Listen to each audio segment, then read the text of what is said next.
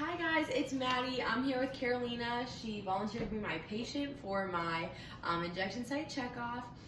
So the first thing that I would want to do for my injection site checkoff is I want to double check my patient's chart with the MAR before I go and grab their medicines.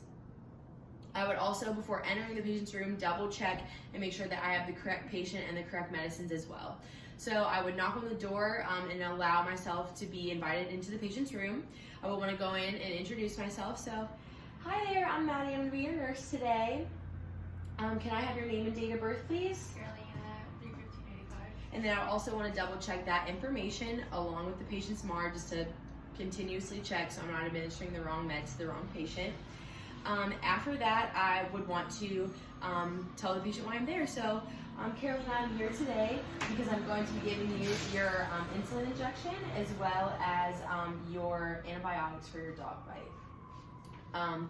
Do you have any questions for me? Okay. So after I've told the patient what I'm going to do and I've allowed her time to ask me any questions that she might have, I'm going to perform hand hygiene and I'm going to don my gloves.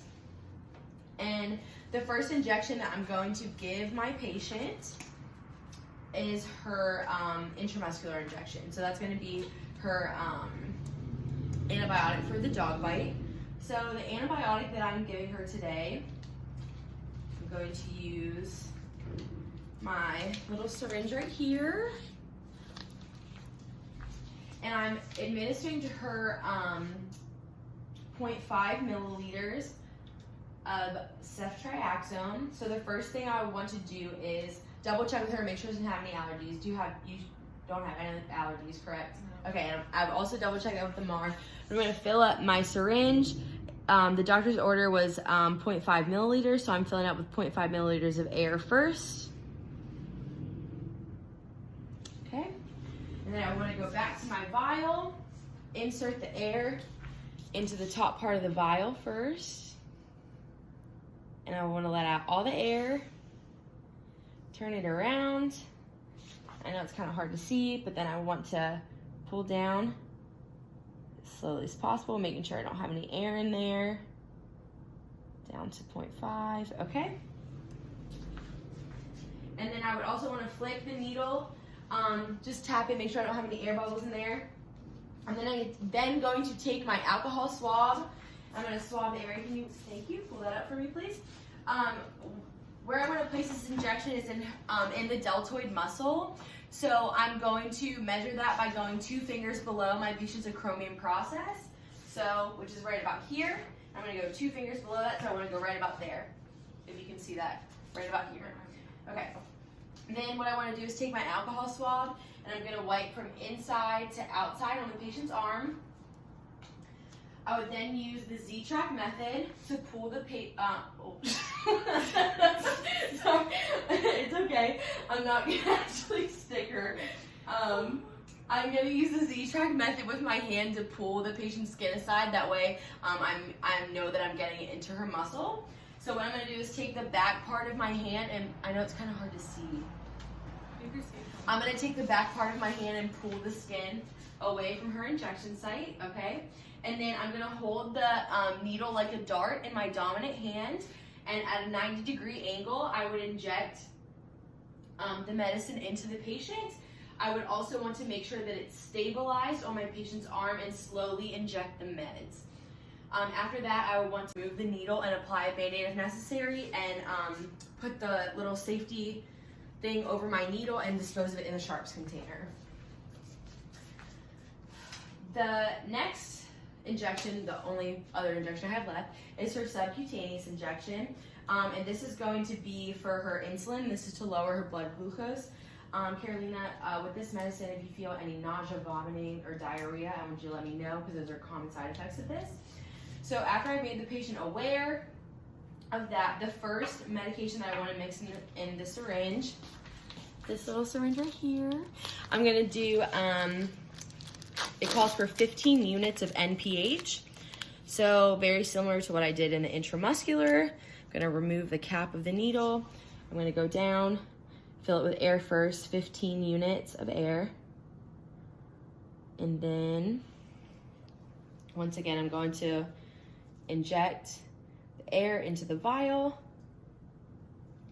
turn it upside down. I know it's hard to see because my gloves are in the way.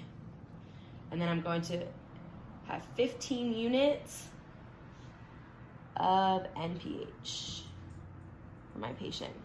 I'm gonna flip this upside down once again, remove the needle, and I wanna do the same exact thing with the Humulin R. I'm gonna be adding it to the same vial actually, but since I obviously can't let the air out, so I would just flip it over and have 13 more. So the final number on my syringe, I should be giving 28 units of insulin.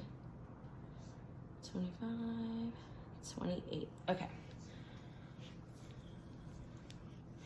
So the subcutaneous injection of my patient's insulin is going to be in her abdomen, and I'm going to go 2 inches to the right or to the left of her umbilicus. I'm also going to want to assess for any wounds because I obviously want to avoid those. So I would wipe down the area again from the inside to the outside of my patient's injection site. Then what I will want to do is pinch 2 inches of the skin pinch those 2 inches. And then when I'm ready to give my patient the injection, so basically like this. I'll use my fat pad, hold on. So basically like this, I'm gonna pinch 2 inches of it. Again, hold, not even doing it, 2 inches. Hold my needle like a dart. And for thinner patients, we want to stay more towards 45-degree angle. And then for heavier patients, we would want to go in, or we could go in at a 90-degree angle to make sure that it's still in the subcutaneous tissue. So since my patient is on the thin end, I'm going to inject at about 45 degrees. And I want to, again, like a dart, and then hold it, let go of the skin immediately, and then slowly inject the medicine into my patient's abdomen. I would then remove the needle. Obviously, I would want to hold or place gentle pressure on the injection site. I wouldn't want to rub, and place a Band-Aid if necessary. And then obviously put the safety on my needle and put it in a sharps container. So, all right, Carolina, that concludes our little session today. I should be back in about 30 minutes just to check on you. I would want to give my patient her call light, and then I would obviously remove my gloves, perform hand hygiene, and go chart.